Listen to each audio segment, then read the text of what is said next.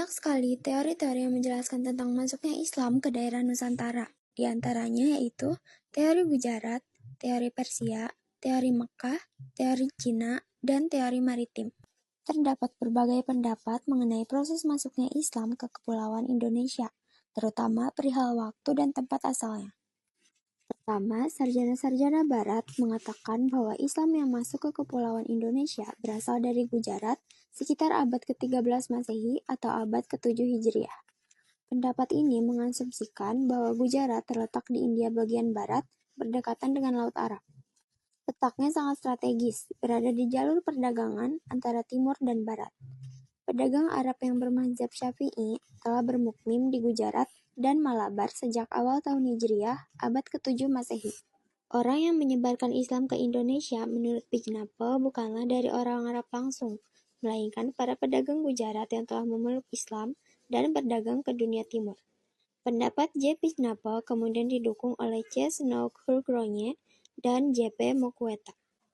Argumentasinya didasarkan pada batu nisan Sultan Malik al-Soleh yang wafat pada 17 Zulhijjah 831 Hijriah atau 1297 Masehi di Pasai, Aceh.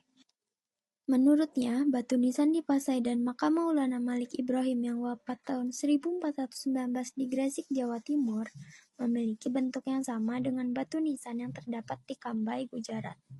Mokueta kemudian berkesimpulan bahwa batu nisan tersebut diimpor dari Gujarat atau setidaknya dibuat oleh orang Gujarat atau orang Indonesia yang telah belajar kaligrafi khas Gujarat. Kedua, Hasan Djajjadiningrat mengatakan bahwa Islam masuk ke Indonesia berasal dari Persia atau sekarang lebih dikenal dengan negara Iran. Pendapatnya didasarkan pada kesamaan budaya dan tradisi yang berkembang antara masyarakat Parsi dan masyarakat Indonesia. Tradisi tersebut antara lain tradisi merayakan 10 Muharram atau Asyura sebagai hari suci kaum Syiah atas kematian Husain bin Ali, seperti yang berkembang dalam tradisi Tabot di Periaman di Sumatera Barat dan Bengkulu. Proses masuknya Islam ke Indonesia menurut teori Mekah adalah pada abad pertama di tahun Hijriah atau tepatnya pada abad ke-7 Masehi. Teori Mekah ini disampaikan oleh Buya Hamka melalui salah satu orasinya yang ia sampaikan pada Dies Natalis Perguruan Tinggi Islam Negeri atau PTIN di Daerah Istimewa Yogyakarta. Pada orasinya tersebut, Buya Hamka menjelaskan bahwa ia menolak seluruh argumentasi dari para sarjana Barat yang mengemukakan bahwa agama Islam datang ke Indonesia tidak langsung dari Arab, melainkan dari Gujarat atau Persia. Bahkan, Buya Hamka turut menyertakan bukti yang ia pakai untuk menggagas teori Mekah ini. Teori Cina dikemukakan oleh Slamet Mulyana dan Sumanto Al-Qurtubi.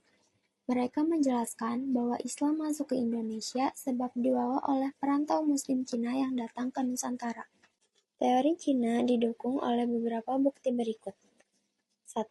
Fakta adanya perpindahan orang-orang Muslim Cina dari Kanton ke Asia Tenggara, khususnya Palembang, pada abad ke-879. Yang kedua, adanya masjid tua dengan model bangunan Cina di Jawa.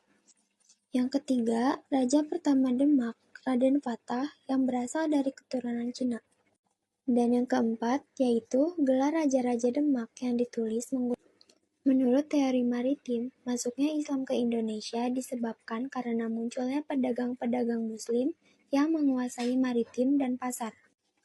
Ajaran Islam mulai dikenalkan di sepanjang jalur niaga laut sekitar abad ke-7 Masehi. Teori ini didukung oleh N.A. Baloch.